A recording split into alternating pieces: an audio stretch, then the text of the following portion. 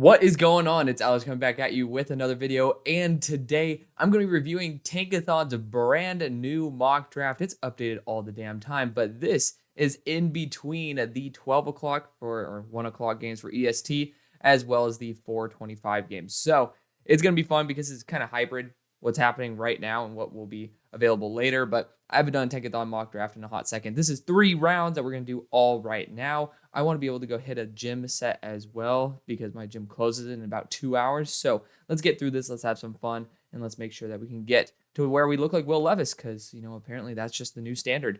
Regardless, if you are new, feel free to like, comment, subscribe. Do up on YouTube. Jazz, below my face is my board. Below my face are a bunch of links, including to our sponsor of the show, Olipop. They've been there for the past couple of years, but I kind of do it so I get a discount, not just so y'all do. So, I got to do what I got to do. Regardless, let's start out.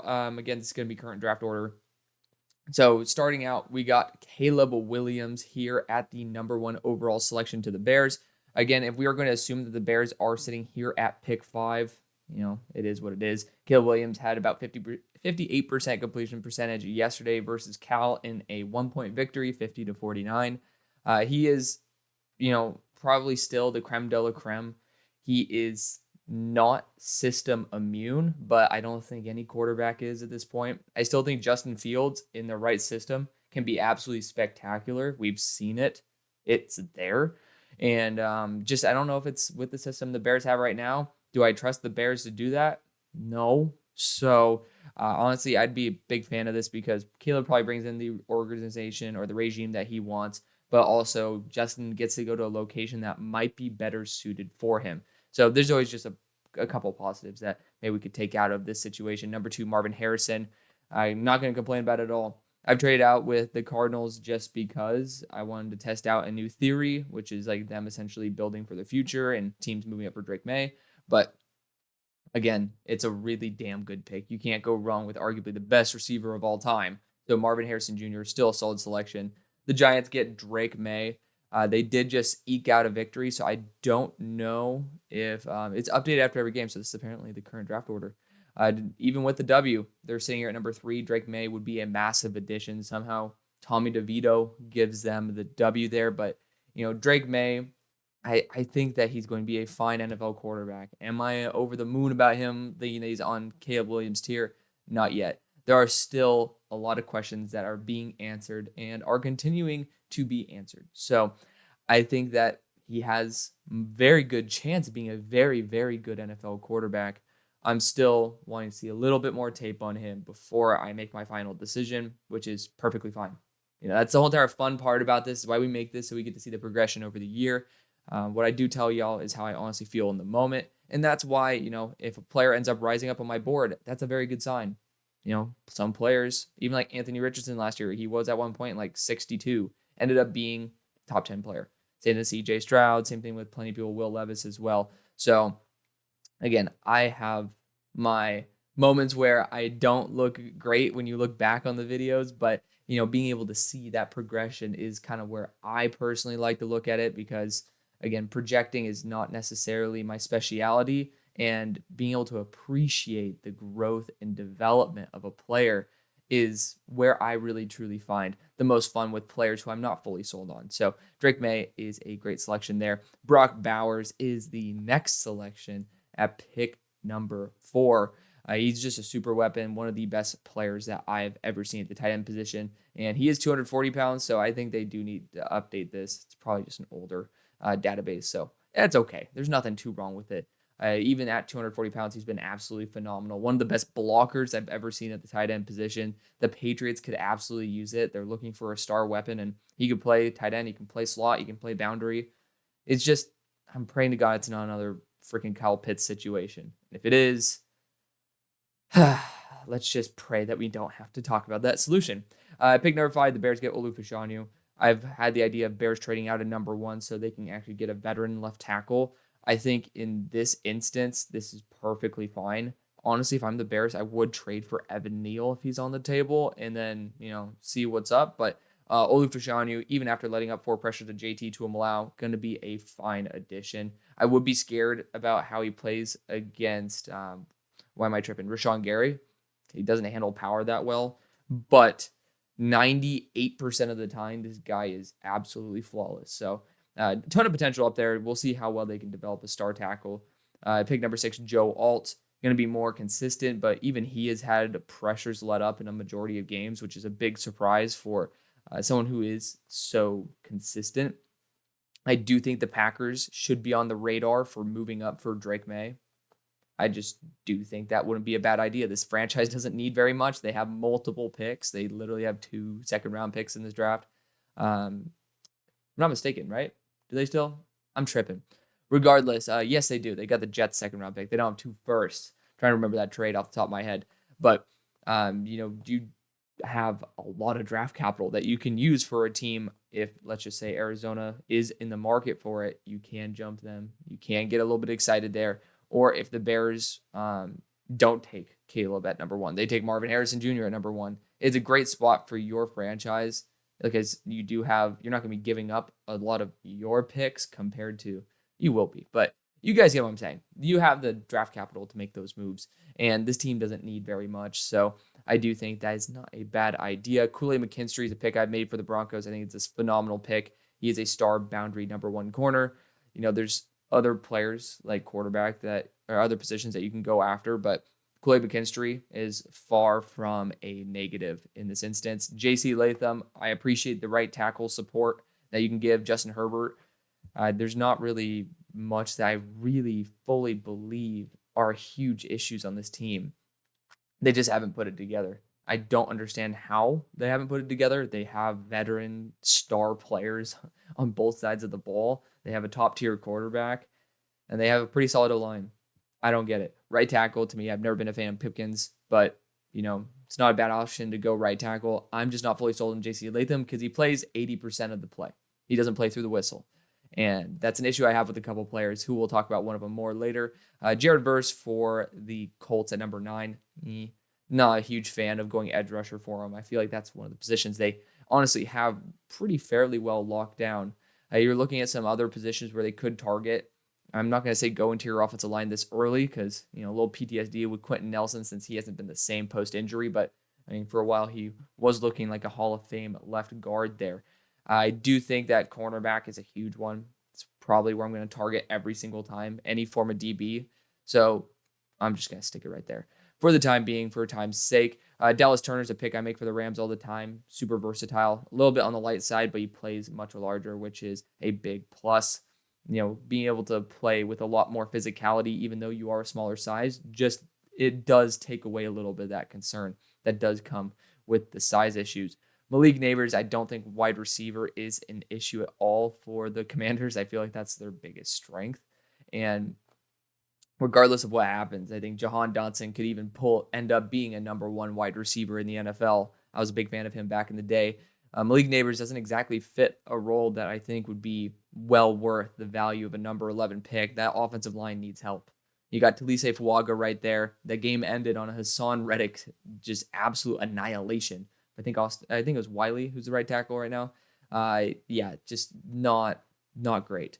Pick number 12, Drazon Newton's an A+ move. I would make that move as well if I'm the Raiders. Just consistent, solid pick that you're not going to be whiffing on, and it's a ton of upside from the defensive interior position. Kalen King, big fan of this. I like to go after Kool-Aid McKinstry quite often. So when we're talking about moving from 9th on my board to 11th, and you're still getting Marvin Harrison Jr., I'm going to be in full support of it. Then we got Leatu Latu, just another freaky edge rusher. It does fit with what the Buccaneers have drafted in the past. They're drafting freaky athletes, and it does, again, it fits the profile. I think that he needs a lot more refinement, and with seeing Joe Tryon-Shoyinka not take the true refinement that he could have, I'm a little bit worried about that path of development, but he has a ton of potential. He obviously is an absolute stat machine.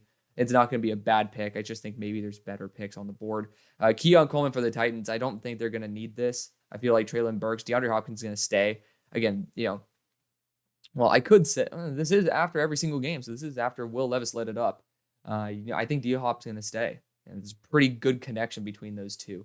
And yes, if y'all didn't notice, I am wearing a tank top because of, it's just the Will Levis thing to do. But in support of Will Levis, in support of the petition to have this team pretty much be rebranded as the Tennessee Oilers instead of the Titans at this point because I love those uniforms. I'm going to be in full support. Not going to be full support of this pick. Even if it happens, it's going to be a great pick. But, there's just better options. I think some starting corners would be good value here. You could, of course, get Cooper DeJean to be that versatile safety in that secondary, even though you guys have done a very solid job, brought in Kayvon Wallace as well. So, it's not a necessity to go after another position than wide receiver. You're in a good spot as a franchise. I would look at left tackle as well. But, again, we have two other rounds to go after. Emeka Egbuka is a solid selection here. I think he actually fits a role that they don't exactly have, which is going to be more of that bigger after the catch guy. Michael Thomas is an amazing possession receiver who can just use his body to get open. Emeka is kind of almost a hybrid between Chris Olave and Michael Thomas. And it's not Rashid Shaheed, so you're not just getting a deep threat. It is a very solid selection, and I think he'd be a very good target there for Derek Carr. I do think quarterback should be on the board, but Emeka Egbuka, not too shabby, is another option. Job Robinson doesn't really fit with what I think the Bengals go after for edge rushers. Miles Murphy was drafted last year. He's roughly, I think, closer to the 270 range. So it's not going to be a bad choice. Again, Job Robinson's incredible, but he's not going to have the opportunities, and this team has a lot larger holes, i.e. offensive line, with Amarius Mims on the board, tight end. You could look at even some form of DB, even though it's not a big issue, but there's just better positions to go after, defensive interior as well. You got Amarius Mims here for the Jets. Not going to be against it. RIP Kirk Cousins, because that video also looked exactly the same as Aaron Rodgers, so hence why I'm bringing it up now. It sucks to see that, the Vikings. Where is the Vikings pick, by the way? Oh, we'll talk about it in 2 picks. How about that? But Amarius Mims is a solid selection. Kick AVT back to guard. I know that there's Max Mitchell there, who I was a big fan of, but he's been solid. I'm not going to blame him at all, but I don't know if he's going to be starting quality. I would love for him to be more of a swing tackle. Romo Dunze at 19, wide receiver is not the issue. We saw with Taylor Heineke, it's a quarterback issue. If Taylor Heineke steps in, even though Taylor is notoriously good at stepping in and being able to fill for short periods of time, I still think that quarterback is the big issue. You got Michael Penix on the board. You have Bo Nix on the board. There should be no debate. Even with all roads lead to Rome on the board, you need to go QB. That's the one position this team needs. You have 6 new starters on defense. There's obviously a demand there, but you need a quarterback. Again, this team is really good at filling the gaps with, especially on defense, with veterans. They haven't done a good job on the quarterback side since Matt Ryan. So yeah, just fix it. You got Michael Penix Jr. here for the Vikings. Achilles tear for Kirk Cousins. Absolute shame. Saw it and I was like, oh shit. It hurts me to watch that because Kirk Cousins is a great player. Also, it takes away all the trade value y'all could have given him for a team maybe like the Jets, where, that is a potential team that would have been excited to have Kirk Cousins on the roster for a short period of time before Aaron Rodgers was healthy, or letting Aaron Rodgers sit for an extra year. But, again, trade value aside, it sucks to see players get hurt. Michael Penix is a perfect fit for the system. Could definitely put them back into contention. Steelers getting Xavier Worthy doesn't really make sense. I don't really feel like a gadget player with really good deep threat ability. And, even if he could be like a Deontay Johnson role, doesn't exactly fit what the Steelers are going to be looking for in the first round. So offensive line, probably right tackle should be the move. DB should be the move because, as much as I love James Pierre stepping up and doing a good job, and because Levi Wallace's butt cheeks and we were saved by the fact that he wasn't on the field, I still think that we could definitely upgrade there. Safety as well. Cooper DeJean would be A+. Graham Barton is not a tackle. He'd be interior offensive line, even though he did do very, very well versus Jared Verse. So shout out to him. But, he's a left tackle. It doesn't make sense. I assume this is auto-generated based on the fact there's very little logic here, but, they're assuming he's going to be a star right tackle when most people think he should be a center in the NFL, including myself. You got Braylon Trice here out of Washington, had 16 pressures as of yesterday, which is ridiculous. Obviously, he just dropped to number 12 on my board. He's going to be shooting back up into the top 7 or top 8, top 9, whatever. He's going to be in this group again. Very excited for that. He had a very slow start to the year, but he's back. And, he's been spectacular. I never lost faith in him. I just, blue chip to high end for like high end starter is not that significant of a drop. But still, it is a drop nonetheless. He'll be probably coming back there. Leonard Taylor, Defensive interior is the move. I think that I'd go Chris Jenkins, but again, I know I'm higher on Chris Jenkins than most people because I see him as an elite run stopper with pass rush upside. Then you got Cameron Kitchens for the Cowboys. Don't think safety is going to be the move. If you want to go safety, go Cooper DeJean and just have the upside as a corner. There's just better options on the board, but Cameron Kitchens is elite safety. Just don't think safety should be the position the Cowboys go. The Niners getting Cooper DeJean, I would cry because the Niners are going to make him into a superstar, but that's a topic for another day. JT Tumalau, I feel like his size and power ability is something they don't really have on the edge rush room anymore. They kind of more have the finesse for the future with David Ajabo. But JT Tumalau is a very nice combination and would be a good addition. Would be a very good addition, even though he didn't do too well against Broderick Jones and Amarius Mims. So as a Steelers fan, I'd be pretty happy to see that matchup. Then you got Nate Wiggins here going to the Jaguars. Defensive back, not a bad position to go. You can always have more corners. Nate Wiggins has a lot of upside, and you're keeping him in that Atlantic coastal region. Denzel Burke, honestly, I'd just switch these two for PTSD sake for the Lions, but Denzel Burke's been playing very, very well this year.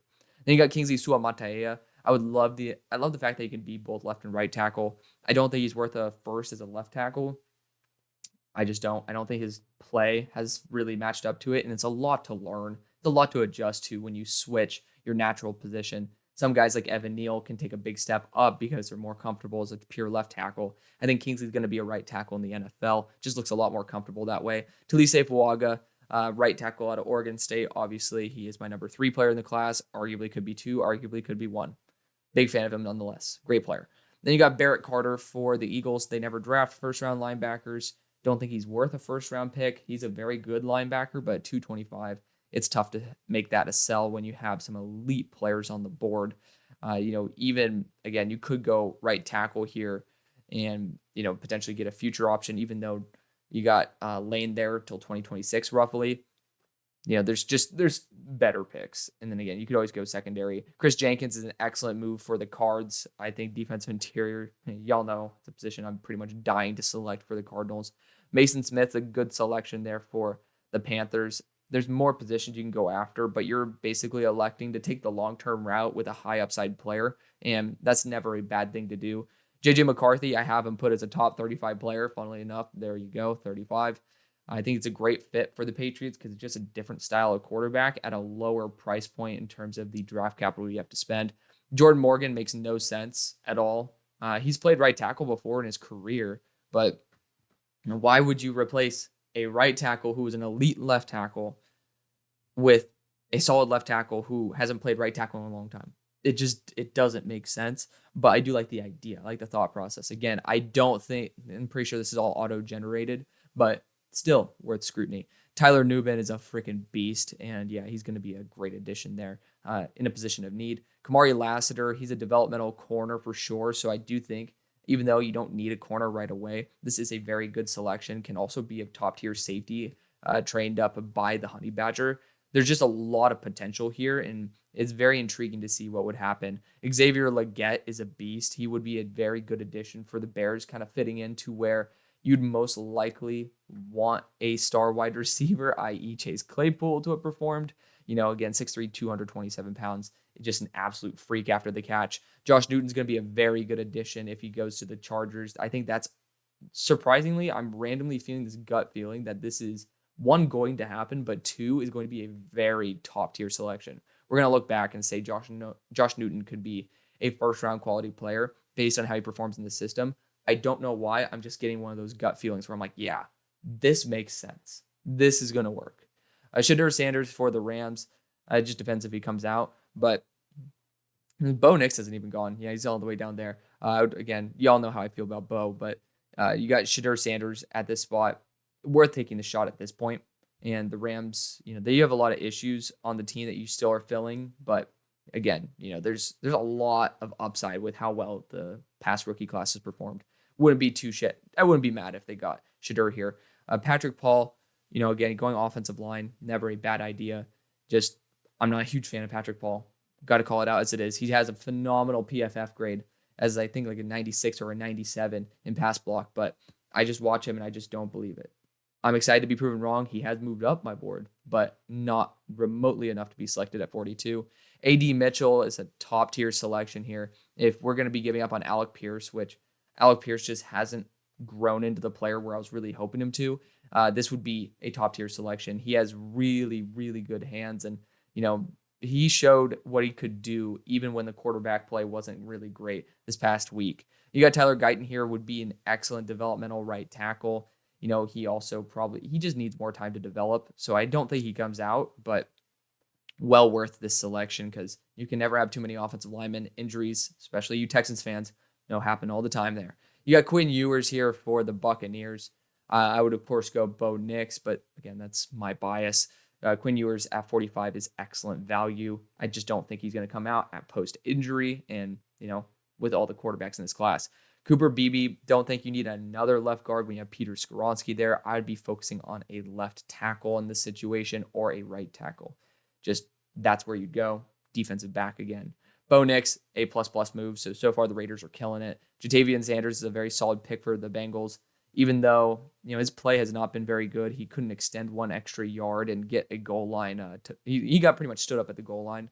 And that's not something I want to see from my tight ends. I want to be able to see that extra yardage push, but at 6'4", 241, his speciality is not going to be those yards after contact. It's more going to be just essentially evasion yards plus him running, just being able to get open.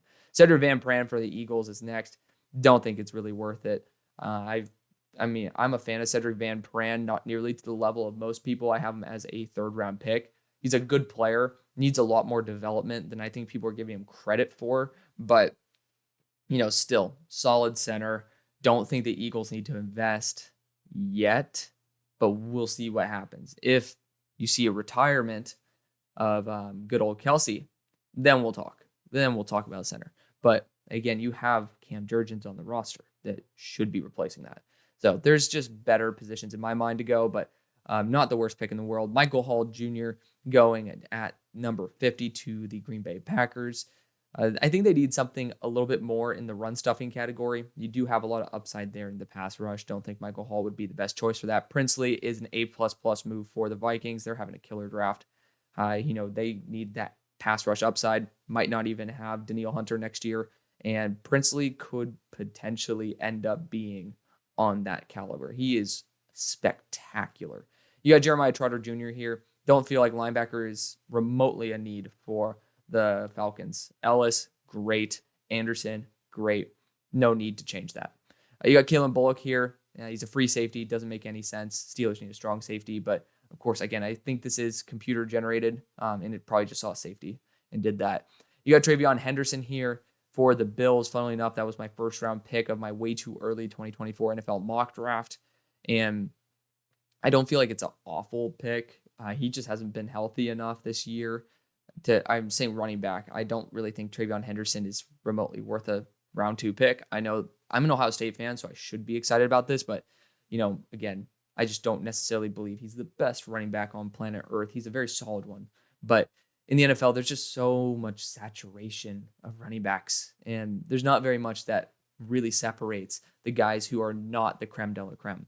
But you got Tyleik Williams next. I think that's an excellent move. I think it's a pick that I made myself for the Browns. Zach Zinter. They already have their right guard of the future there. I said Spencer Burford last time. I know it's not true. It's Anthony Bradford. I loved Anthony Bradford coming out. And yeah, you guys have your right guard and center of the future. Left guard, if you want to move Zach there, you can debate it. But for right now, don't feel like that'd be the right move. There's still some good quarterbacks on the board too that you could develop. You got Andrew Makuba here for the Niners. Don't feel like this is the right pick. He's been playing slot corner primarily, and with the Niners potentially looking to acquire upside edge rushers, why not take one here? You got Braylon Allen. He's an intriguing weapon for sure. Just very Derrick Henry-like. I think that he'd work on the Ravens, but that's something where you'd have to roll the dice and say, can we get somebody remotely close to his value in our system later on? And I think the answer would be yes. Troy Franklin would be a great pick for the Cowboys, right there in that Brandon Cooks role. Perfect. Rukaroro, getting that unique 295 frame as an edge rusher / defensive interior could be really fun to play with. I'm not against that pick at all. Chris Braswell's an A-plus move there for the Lions. Getting corner and edge is a big plus, especially with good value. Devondre Sweat is a beast. Would not be mad if the Dolphins got a massive run stuffer with pass rush upside. Johnny Wilson, I take this pick in the first round. Y'all know how I feel. I think he is a generational level talent, so we'll leave it there. Then you got Jack Sawyer here for the Eagles. Highly developmental. Does feel like an Eagles pick. I just don't know if he goes in the first 2 rounds. Now you got Malachi Corley. I feel like they kind of have an overlap there with Laviska Shenault. He's pretty much a worse version of Rashee Rice as well. So technically you are getting value at that spot. And he's a good wide receiver. It's just, I think there's just better options out there, especially if you're looking for a wide receiver 1. Donovan Jackson is a good high upside pick there for the Cardinals. I'd be looking more into the interior as a center slash guard hybrid, i.e. Bo Limmer, but that's because I'm a little biased. Then you got Jalen Polk here. That's a great pick for the Giants. I would love to see him in a role where he could potentially be a wide receiver 1, and this is a good spot for him to test it out with Drake May. McKinley Jackson for the Patriots. Fine upside. Good maneuverability at 325. It's a good pick. Nazir Stackhouse, someone who I wouldn't really draft at all. So I'm going to leave that there. TJ Tampa for the Bears. I think that's perfect value, and they can always get extra corner depth, especially if they bring Jalen Johnson back. If they don't, he could potentially be the true corner 1. You got Brandon Dorless here. Again, undersized defensive lineman. Just get a run stuffer, man. Tommy Eichenberg is a great pick for Washington, would be essentially Cole Holcomb. Rod Moore, solid safety. I've talked about DB for the Colts for a hot minute now. It's a good pick. Kalen Carson for the Rams. I feel like that fits right up their alley. I think they got I'm forgetting who it is, but they also had a Wake Forest corner who I think is starting for them right now too. So that's definitely right up their alley. DJ James, Auburn corner, fits with what the Buccaneers have on their roster, and he's a good player too. Blake Corum would be a nice addition. He would have a weird hybrid relationship there as kind of being both James Conner as well as, pretty much like Dave Mercado, etc. So that'd be a good pick. Smael Mondon. Linebacker is always a good position to go to for the Raiders. I think that I would prefer to take Smael's buddy there in Dumas Johnson. I think it's Jamon Dumas Johnson. That'd be a better pick, but can't go wrong with Smael. Mekhi Wingo, that's the pass rushing upside that you get on the defensive interior. I'm not going to shame it because they did a good job by getting defensive interior earlier with Chris Jenkins. You got Dante Corleone here. That's an A-plus move. If you're not going to be getting a defensive interior like Tavondre Sweat, Tyler Williams, or Chris Jenkins, Dante Corleone, right up that alley. They're right there with them. Trey Benson, the value is excellent, so I'm not going to blame the Bengals. Still think they can go after offensive line at this point.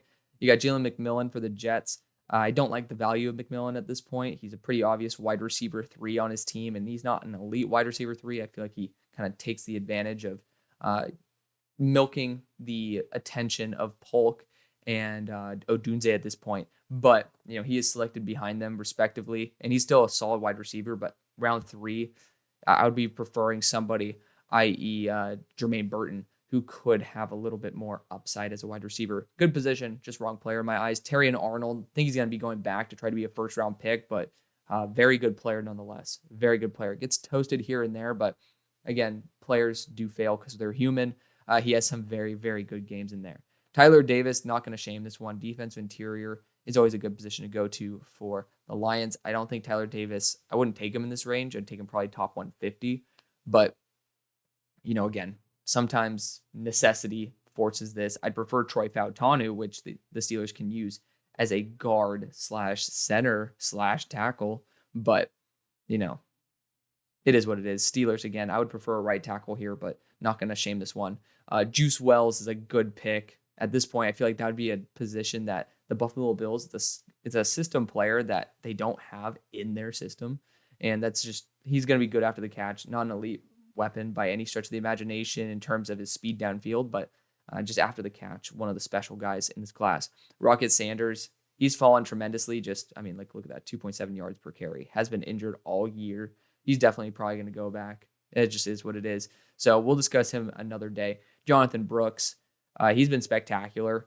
But I feel like honestly, this is a good range for him. This is a good range for him. And this is a team that could use their running backs quite a bit. This would be a very good fit. Christian Mahogany, good value for a player who should be a lot better. He's just still adjusting to the ACL tear. Will Shipley feels like a very good Cowboys player. I don't feel like he overlaps too much with what Deuce Vaughn could add to this roster. So I do like that. Very good vision, very good break tackle. Fumbling issue, maybe a little bit limited in terms of his top end speed, but a very shifty player. Blake Fisher, top tier pick for the Niners. They stay winning. Cole Bishop, a little too slow for my liking. So going to leave that right there. But, he's a good player. He's a really good player. Just not the athletic upside I'd want. Ainias Smith, I feel like this is really early for Ainias, but he is a gadget weapon, and it'd be fun to see him with Jameson Williams out there with all that speed.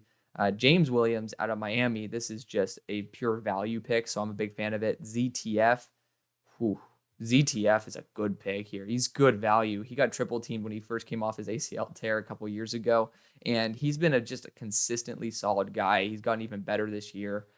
Definitely well worth a third-round selection. Javion Cohen is a good pickup too. He's just quality, has a lot of high-end reps. I feel like the one issue is when you put his back against a wall, he does tend to panic quite a bit. But when he's comfortable, when he's in the zone, not many guards can be as consistent as Javion Cohen. It's just as soon as shit hits the fan, it really hits the fan. And that's why he's here at 96 and not at 16. Then you got Cedric Gray, quality linebacker out of North Carolina. Again, I have some more linebackers here that I'm a big fan of, but is what it is. Jaheim Bell. Ooh, that'd be fun for the Eagles. I mean, him even just using him everywhere on the field would be a massive addition. So big fan of that.